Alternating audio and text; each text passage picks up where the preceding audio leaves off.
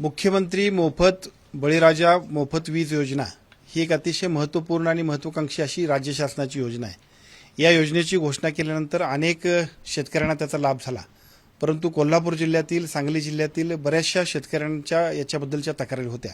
विशेषतः कलेक्टर ऑफिसमध्ये या एमएसईबीच्या कामकाजाचा आढावाची एक आढावा बैठक मी घेतली होती आणि त्या आढावा बैठकीमध्ये सुद्धा याबद्दलच्या बऱ्याचशा तक्रारी सर्व शेतकऱ्यांनी मांडल्या होत्या। विशेषतः 7.5 एचपीच्या ऐवजी 8 एचपी 9 एचपी असा उल्लेख आहे, परंतु प्रत्यक्षामध्ये मात्र 7.5 एचपीचाच वापर ते शेतकरी करतात, तरी सुद्धा या योजनेचा लाभ मिळत नाही, याबद्दलच्या शेतकऱ्यांच्या तक्रारी होत्या।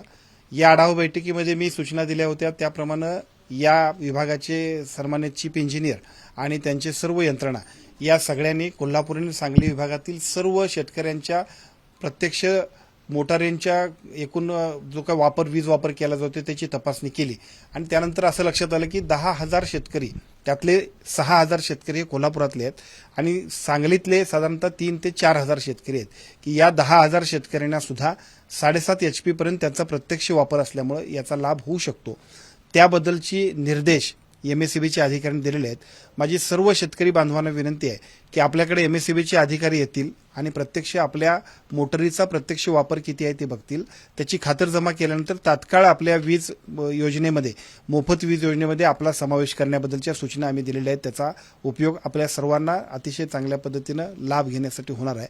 माझी सर्व शेतकरी बांधवांना विनंती आहे की 10,000 कोल्हापूर आणि सांगली जिल्ह्यातले जे शेतकरी आहेत या शेतकऱ्यांना मुख्यमंत्री मोफत वीज बळीराजा मोफत वीज योजना जी आहे या योजनेचा लाभ मिळण्यासाठी जे पात्र शेतकरी आहेत त्यांच्याकडे प्रत्यक्ष एमएसईबीचे अधिकारी आल्यानंतर त्याची खातरजमा करण्यासाठी आपण त्या सर्वांना सहकार्य करावं आणि या योजनेचा लाभ घ्यावा।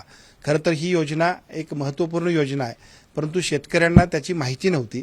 आढावा बैठकीच्या निमित्तानं निदर्शनास आल्यानंतर त्याचा रिझल्ट मिळाला आहे आणि कोल्हापूर आणि सांगलीतील 10,000 शेतकऱ्यांना याचा फायदा होणार आहे। एबीपी माझा, उघडा डोळे बघा नीट।